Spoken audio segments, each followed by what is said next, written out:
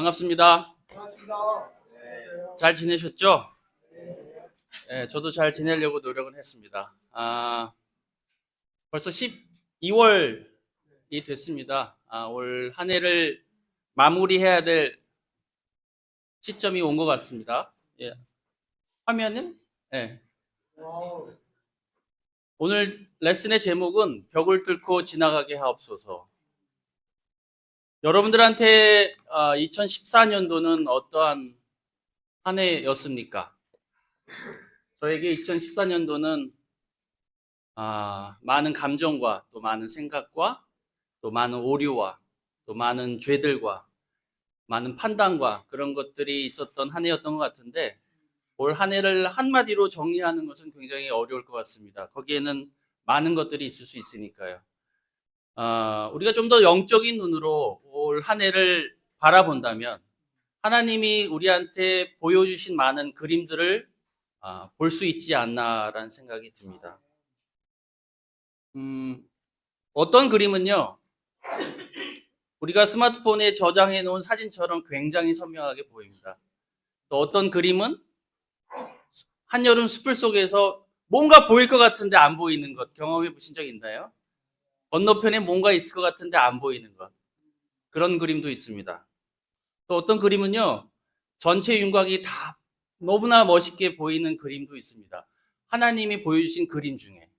또 어떤 그림은요, 보일 듯 말 듯, 뭔지는 알겠는데 잘 모를 때도 있습니다. 하지만 우리가 올 한 해를 마무리하면서 감사해야 될 것 같습니다. 많은 것들에 대해서. 우리가 하나님의 섭리 안에 있다는 것 자체, 하나님의 계획 안에 우리가 거할 수 있다는 것 자체에 대해서 우리는 감사해야 된다는 생각이 듭니다. 말씀 읽겠습니다. 요한복음 6장 5절부터 10절까지 말씀을 제가 읽도록 하겠습니다. 같이 따라오시죠. 제가 읽겠습니다. 예수께서 눈을 들어서 큰 무리가 자기에게로 모여드는 것을 보시고 빌립에게 말씀하셨다. 우리가 어디에서 빵을 사다가 이 사람들을 먹이겠느냐? 예수께서는 빌립을 시험해 보시고자 이렇게 말씀하신 것이었다. 예수께서는 자기가 하실 일을 잘 알고 계셨던 것이다. 빌립이 예수께 이렇게 대답하였다. 이 사람들에게 모두 조금씩이라도 먹게 하려면 빵 200데나리오너치를 가지고서도 충분하지 못합니다. 제자 가운데 하나이며 시몬 베드로와 형제간이 안드레가 예수께 말하였다. 여기에 보리빵 5개와 물고기 2마리를 가지고 있는 한 아이가 있습니다. 그러나 이렇게 많은 사람에게 그것이 무슨 소용이 있겠습니까? 예수께서는 사람들을 앉게 하여라 하고 말씀하셨다. 그곳에서는 풀이 많았다. 그래서 그들이 앉았는데 남자의 수가 5천 명쯤 되었다.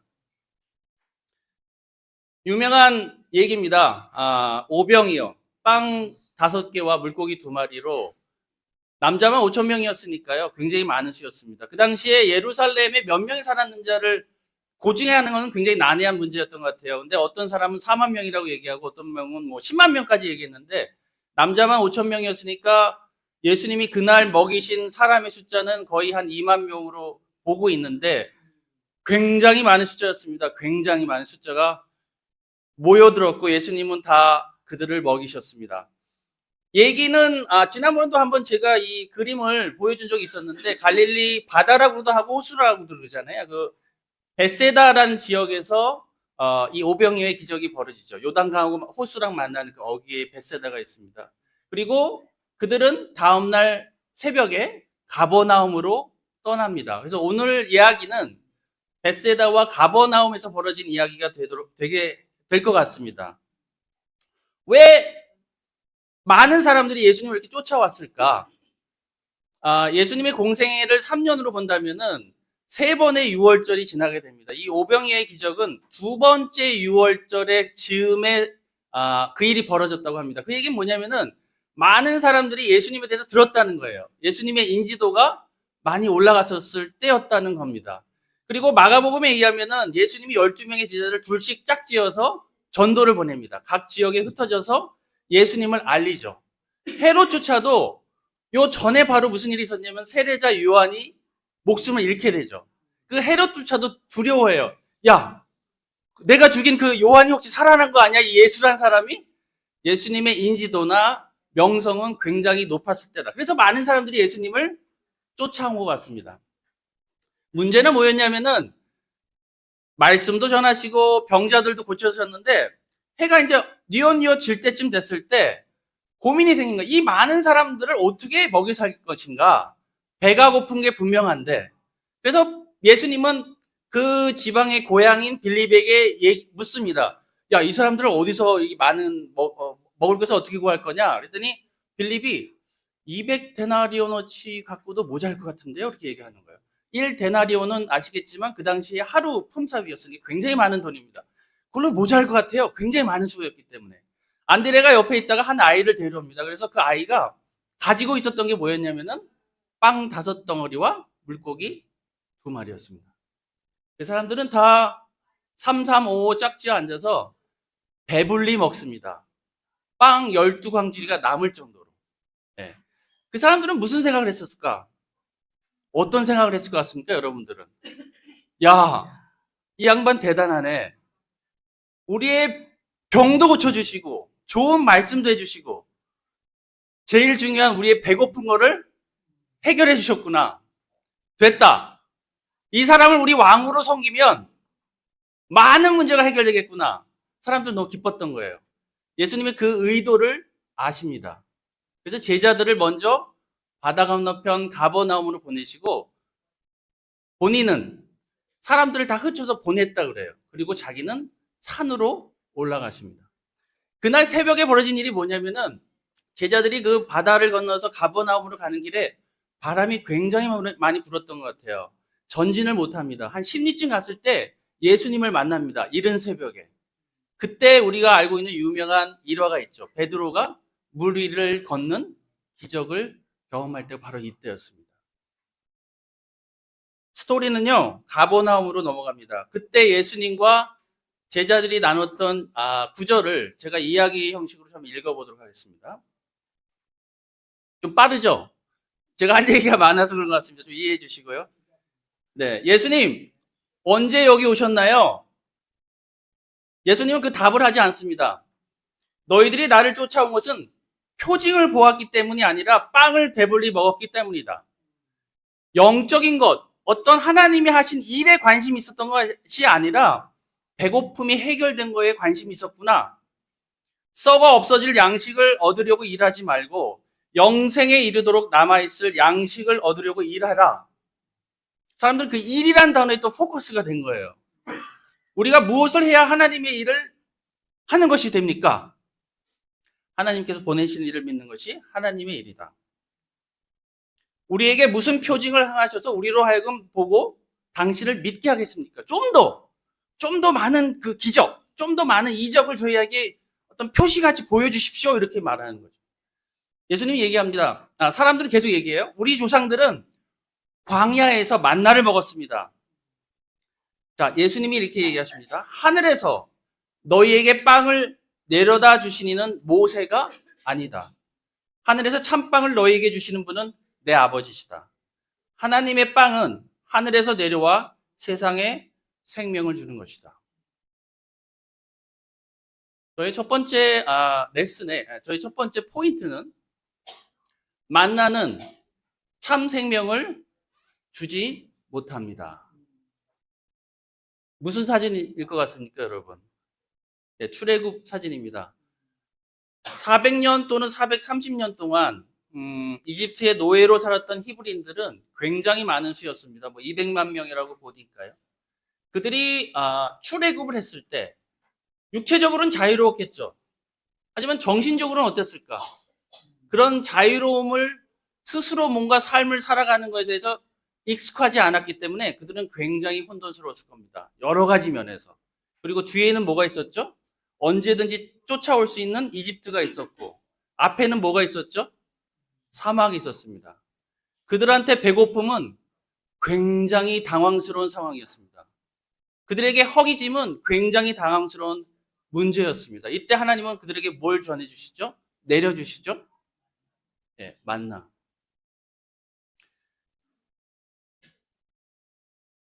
구절을 읽어볼까요? 여러분 같이 읽어볼까요? 출애굽기 16장 4절 말씀 읽겠습니다. 시작. 주님께서 모세에게 말씀하셨다. 너희가 먹을 것을 하늘에서 비처럼 내려줄 터이니 백성이 날마다 나가서 그날 그날 먹을 만큼 거두어 드리게 하여라. 이렇게 하여 그들이 나의 지시를 따르지 않는지 시험하여 보겠다.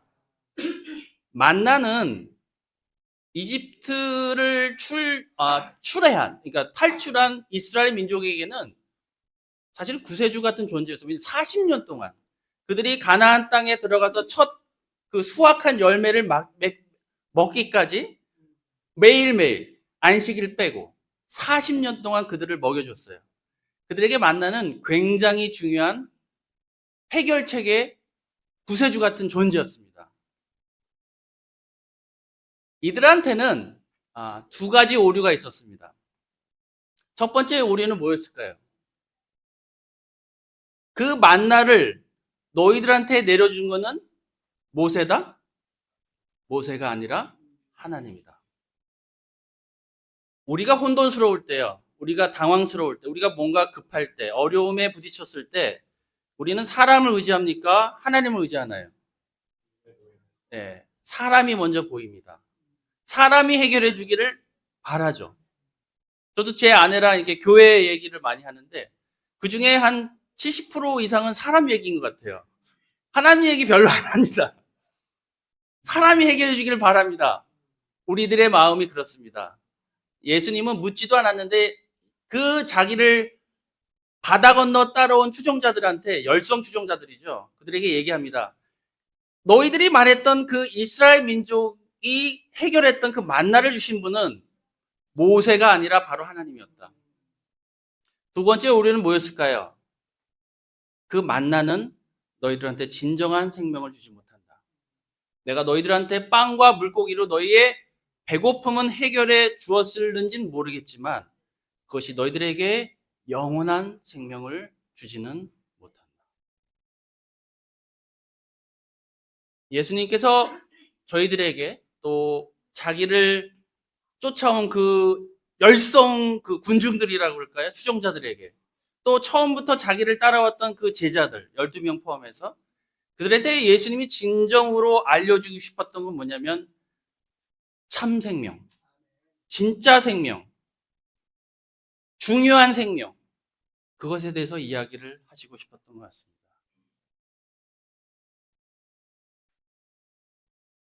저희들은요, 좀 생명에 대해서 오늘 이야기하기는 뭐 시간도 좀 짧고 너무 광범위하고 주제가, 또 제가 그럴 주제도 안 되고, 하지만 제가 알고 있는 거는 우리한테는 두 가지 생명이 있다는 겁니다. 하나는 육적인 생명과 하나는 영적인 생명. 동의하시나요? 하나님이 창세기 1장에서 인간을 창조할 때 누구의 모양, 누구의 형상대로 만드셨죠? 예, 우리 하나님, 성부 성자. 오케이. 하나님은 어떤 형상을 갖고 계십니까? 형상이 있으신가요? 예수님은 요한복음 4장에서 뭐라고 그랬죠? 하나님은 뭐다? 영이시다. 4장 24절. 하나님은 영이시다. 우리는, 우리의 본질은 영입니다. 예. 많은 사람들은요, 육적인 죽음에 대해서, 육적인 삶에 대해서, 육적인 생명에 대해서 많은 관심을 가집니다. 저희를 포함해서. 근데 그 육적인 생명은 언젠가는 어떻게 되죠? 소멸됩니다. 우리의 진짜 생명, 우리가 진짜 중요시해야 될 생명은 무엇일까? 영적인 삶, 영적인 생명이다. 요한복음 6장 63절을 제가 읽도록 하겠습니다. 예수님이 말씀하셨습니다. 그들한테 생명을 주는 것은 영이다. 육은 아무데도 소용이 없다. 내가 너희에게 한 이 말은 영이요 생명이다. 여러분, 오늘 무엇을 위해서 살고 있습니까? 내 육적인 생명을 위해서 살고 있나요? 아니면 내 영적인 생명을 위해서 노력하고 있나요? 저 사진이 맞는 사진인지 모르겠지만 옛날 얘기 이름으로 하면 성내역이고요. 요즘 이름으로 하면은 잠실 나루역입니다. 제가 학교 다닐 때 이제 저기서 지하철 타고 출퇴근이라고 그러나 등교라고 그러나요? 하여튼 했습니다. 제가 이제 저는 이제 사람의 생명을 공부하는 걸 했으니까 이제 1학년, 본과 1학년 때 실습을 합니다. 해부학 실습을 하는데 지금도 기억에 남는 것이 뭐냐면은 마지막 날 축제가 뭐냐면은 1년 동안 우리 조가 실습했던 그 사체라고 그러죠. 카네발. 그 사체에 대퇴고를 제출하는 거예요. 깨끗이 닦아서. 제출했습니다. 그리고 나서 저는 집에 가는 길에 잠실 나루역에 들려서 한강을 바라보면서 잠시 멍을 때렸습니다. 인간의 육체는 과연 뭘까? 이게 뭐지? 다 없어지는 건데? 근데 주변을 보니까요. 열심히 사람들이 뛰고 있는 거예요. 자전거를 타고 뛰고 땀을 뻘뻘 흘리면서 과연 그것이 의미가 있을까? 우리 육신은 곧 사라질 텐데 과연 그것이 의미가 있을까? 한 줌의 흙인데. 하나님이 본인이 인간이 돼서 우리한테 알려주고 싶은 것들 많이 있겠죠. 제가 생각하기에는 그 핵심은 진짜 하나님이 우리에게 알려주고 싶은 건 뭐였냐면은 영원한 생명이 있다. 너희들이 그렇게 관심 있어 하는 육신, 육체, 물질, 그것은 곧 소멸될 것이며 영적인 너희들의 삶이, 영적인 생명이 나와 함께, 이 그림이 안 보여졌겠네요. 나와 함께, 모르겠습니다. 하늘나라가 이렇게 생겼을지는 잘은 모르겠습니다만은 상상의 그림이겠지만요. 나와 함께 영원히 하늘나라에서 복을 누리며 사는 거다. 물질은, 육체는 우리에게 영원한 생명을 담보할 수가 없습니다. 예수님은 본격적으로 자신의 정체를 드러내십니다. 그 따라온 추종자들한테. 요한복음 6장 35절 말씀을 읽겠습니다. 같이 읽겠습니다. 시작. 그들에게 말씀하셨다. 내가 생명의 빵이다. 내게로 오는 사람은 결코 줄이지 않을 것이요. 나를 믿는 사람은 다시는 목마르지 않을 것이다. 제가 그림을 하나 넣었는데요. 무슨 그림인지 혹시 아시겠습니까? 사람들이 이 얘기를 듣고 어떤 반응을 보이나요? 네, 수근거리기 시작합니다. 자기가 생명의 빵이라고요? 빵이라고?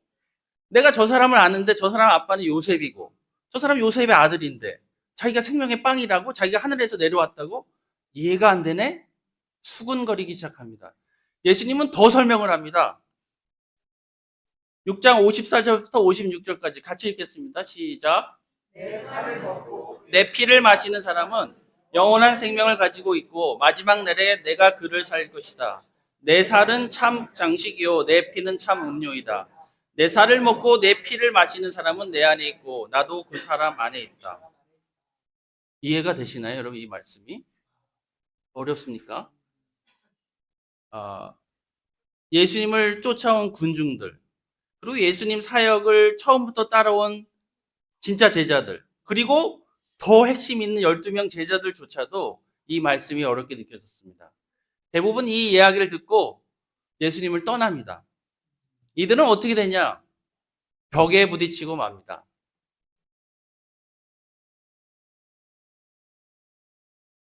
무슨 벽에 부딪혔을까요? 이 사람들이. 이들이 부딪힌 벽은 무엇이었을까요? 가르침이 너무 어렵다. 네. 내 살을 먹고 내 피를 마셔라. 무엇에 위배되는 가르침이죠? 그들의 율법. 그들이 그렇게 목숨처럼 간직해왔던 그들의 가치관, 그들의 신념, 그들의 문화, 그들의 정신, 그 모든 것에 위배되는 이야기였어요. 그들은 벽에 부딪혔습니다. 이게 무슨 얘기일까? 그들은 논쟁을 하기 시작합니다. 우리가 벽에 부딪혔을 때 어떤 반응을 보일까요, 여러분? 당황하죠. 그리고 고민을 합니다. 돌아갈까? 야, 이걸 어떻게 넘어요? 돌아갈까? 여기서 그냥 주저앉자. 일단 주저앉고 보자. 세 번째는 뭘까요? 뚫어볼까? 여기 문이 하나 있긴 있네요. 뚫어볼까? 저의 두 번째 포인트는요. 자신의 벽을 뚫고 지나갑시다. 자신의 벽을 뚫고 지나갑시다. 여러분들은 최근에 어떤 벽에 부딪히셨습니까? 어떤 사람은 근본적인 믿음부터 흔들렸을지도 모르겠어요. 하나님과 나와의 근본적인 관계. 하나님이 계신 거 맞나? 나의 신앙이 지금까지 걸어왔던 그 여정이 과연 맞는 길이었나? 믿음이 흔들립니다. 또 어떤 사람들은요, 관계에서 엄청난 실망을 합니다. 내가 기대했던 관계인데, 내가 그렇게 믿었던 사람인데, 실망스럽다. 또 어떤 사람은 교회에 대해서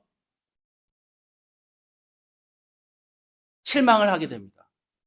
우리는 많은 벽에 부딪혔을 수도 있고, 혹시 안 부딪혔다면 부딪히게 될 수도 있습니다. 여러분들은 어떤 벽에 부딪혔나요?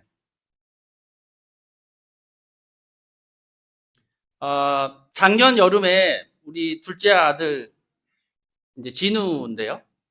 갑자기 이제 건축을 공부하기로 한 것 같아요. 그래서 자기는 뭐 유럽에 뭘 보러 가겠대요. 그게 뭔 이유인지는 잘 모르겠지만, 그래서 여름 휴가를 먼 거리임에도 불구하고 같이 여행을 갔습니다. 북쪽 유럽에.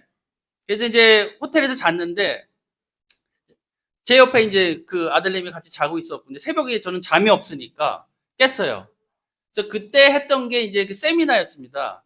정서적으로 건강한 영성이라는 세미나였어요. 그 세자 로페스 목사님이 와서 했던 그 책을 들고 새벽에 조용히 일어나서 호텔 로비로 내려갔습니다. 그때 제가 읽었던 게 챕터 6번째에 있었고, 제목은 저거였습니다. 당신의 통제권을 내려놓으라.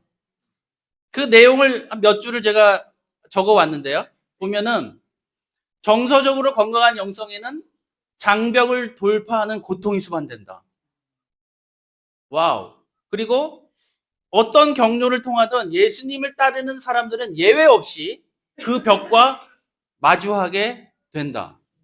우리가 벽에 어떤 부딪혔다면 맞는 것 같아요. 벽의 본질을 이해하고 하나님의 선물로 받아들여야 한다. 그럼 그 벽의 본질을 이해하셨나요? 그리고 그것을 하나님의 선물로 받아들이고 계신가요? 그날 호텔 로비에서 찍었던 사진입니다. 제가 이 사진을 보여드린 이유는 저쪽 사진에 보면 저 천장 구석에 뭐가 이렇게 흰 파이프가 나와 있지 않습니까? 보이시나요? 그게 혹시 뭔지 아시겠습니까? 예, 스프링클러입니다. 스프링클러는 저도 저 스프링클러 때문에 고민을 많이 했던 사람 중에 한 명인데, 분명히 천장 안에 있어야 되거든요. 그리고 조그만 구멍이 나서 거기서 물이 샥 쏟아지는 게 스프링클러인데 바깥으로 내놔도 되는 거였어요. 저게 어떤 장식도 될 수 있고. 희한하다. 생각을 바꿀 수 있구나. 발상의 전환도 필요하구나. 제가 이날 엄청 울었습니다. 이 로비에 아무도 없었던 게 굉장히 다행이었습니다. 저를 본 사람이 없었어요. 굉장히 울었어요. 왜 울었냐면 내 생각대로 모든 게 움직여야 된다고 생각했거든요. 내가 그린 그림대로 교회도 마찬가지고 가족도 마찬가지고 내가 그린 그림대로 움직여야 되는 게 맞고, 그것으로부터 벗어난 일은 잘못됐다라고 판단을 많이 했었거든요. 왜 내가 그 생각을 못 바꿀까? 그 생각의 확장을 내가 왜 못 이룰까? 왜 나는 그 스탁돼 있을까? 내 생각과 내 신념과 내 가치관에 왜 스탁돼 있을까? 제가 기도하면서 솔직히 이 그림을 보면서 물어봤거든요. 내가 부딪힌 벽은 뭘까? 예, 기도하면서 물어봤어요, 하나님한테. 예, 그랬더니 하나님이 답을 주셨습니다. 내가 부딪힌 벽은 제 자신이었어요. 하나님이 그러더라고요. 하나님, 제가 무슨 벽에 부딪혔습니까? 재정 문제입니까? 건강 문제입니까? 환경 문제입니까? 관계 문제입니까? 교회 문제입니까? 제가 부딪힌 벽은 뭔가요? 그랬더니 하나님이 그러더라고요. 너 자신이라고. 너야. 너라고. 아, 예수님이 자기를 따라오는 제자들에게 너희들이 내 제자가 되고 싶으면 날마다 다른 사람의 십자가가 아니라 너 자신의 십자가를 지고 나를 따라와라. 저는 제 자신을 버려야만 했습니다. 하나님은 저에게 내 자신을 계속해서 버리기를 바라고 계셨습니다. 왜 그럴까요? 왜 예수님이 이렇게 어려운 디렉션을 저희에게 주셨을까요?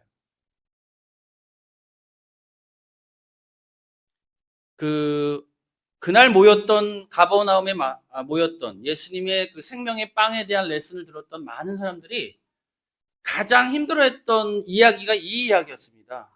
인자의 살을 먹고 피를 마신다는 것. 여기서 모든 사람이 멈춰버렸어요. 과연 이것이 무슨 의미일까? 제가 생각하기에는 예수 그리스도의 피와 살을 먹는다는 것은 그분과의 완전한 연합이다. 예수님과의 완전한 연합을 이루기 위해서는 내 자신을 어떻게 되죠? 버려야 됩니다. 예수님과 완전한 연합을 이룬다는 것은 쉽지 않은 이야기인 것 같아요. 우리가 많이 고민해야 되고 기도해야 될 문제입니다. 내 생각에는 어려운 이야기일 수도 있지만 예수님의 말씀대로 살고 예수님을 진정으로 믿고 예수님과 깊은 관계를 맺고 예수님이 하라는 대로 했을 때 또 예수님의 삶처럼 우리도 살려고 노력한 것, 그것이 연합이 아닐까. 제가 이 레슨의 제목을 뭐라고 처음에 줬냐면은 벽을 뚫고 지나갑시다 그렇게 정했어요. 며칠 전까지, 몇 주 전까지인가요? 여튼 그렇게. 근데 힘든 거예요. 그 벽을 내가 뚫고 지나가는 게 너무 힘든 거예요. 그래서 제목을 바꿨습니다. 아, 이거는 이게 아니구나. 벽을 뚫고 지나가게 해옵소서가 맞구나. 이거는 우리 힘으로는 할 수 없구나. 하나님의 능력과 하나님의 은혜가 필요한 거구나. 그 수천 명, 예수님을 따라왔던 사람들은 다 떠나죠. 그리고 12명의 제자, 플러스 몇 명이 남습니다. 예수님은 그들에게 물어봅니다. 너희들도 나를 떠나고 싶으냐? 그들은 안 떠납니다. 예수님을 쫓아가요. 그들은 벽에 안 부딪혔을까요? 벽에 부딪힙니다. 그 12명의 제자들도 어떤 벽에 부딪혔을까요?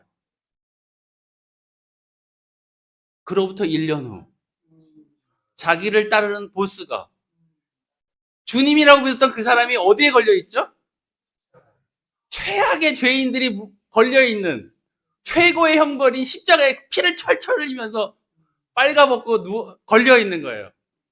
제자들은 어떤 생각이 들었을까요? 망했구나. 내가 그렇게 1년이나마 그렇게 버텨왔던 그 신년조차도 망했구나. 이게 아무것도 아니었구나. 아, 나의 삶은 그냥 끝이구나.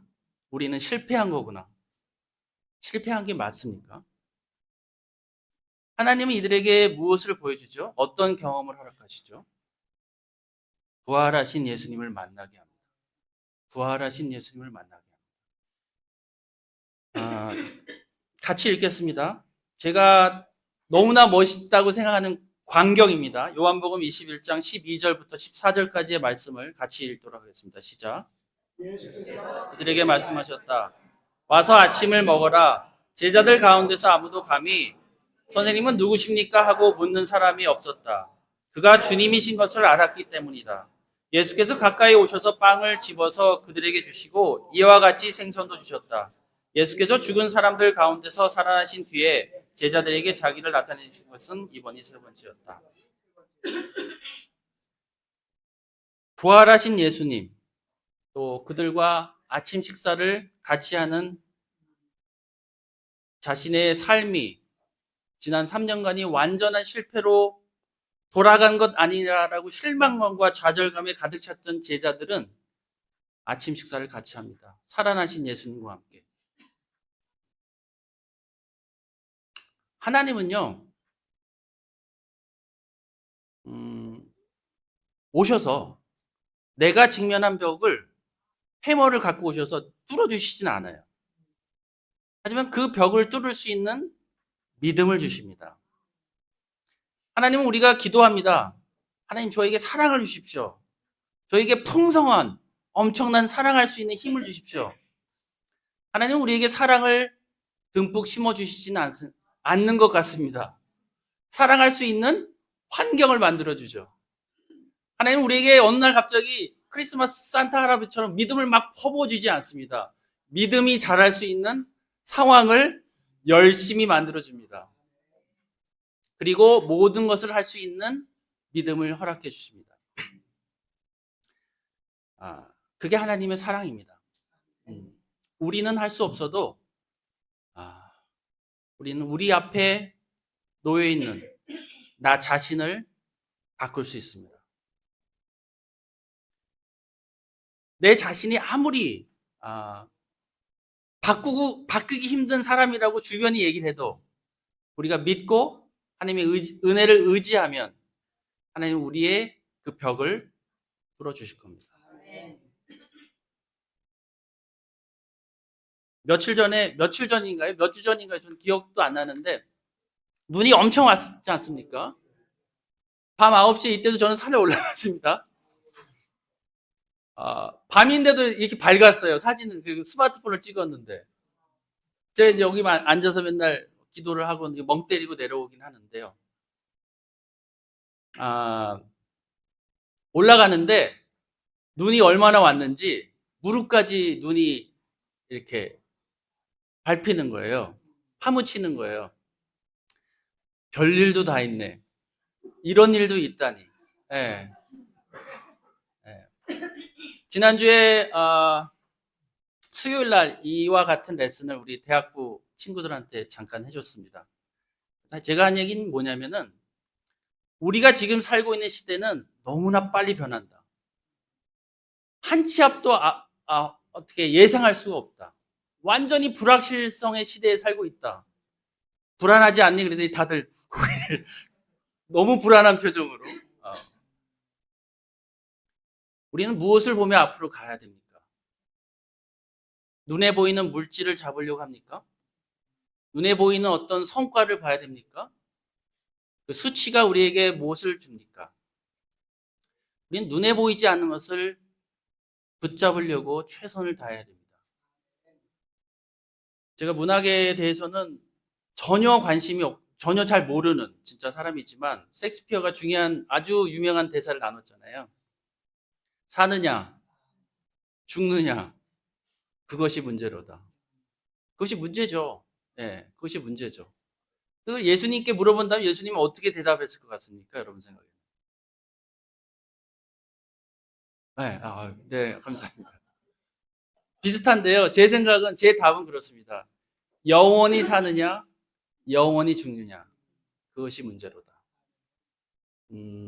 영원히 살아야 됩니다. 하나님 나라에 가서 우리 많은 사람들을 만나야만 합니다. 그러기 위해서는 우리 자신을 버려야 됩니다. 내 앞에 있는 그 벽을 막고 있는 내 자신을 이겨내야만 합니다. 무엇으로? 믿음으로. 하나님의 은혜로. 마치겠습니다. 네.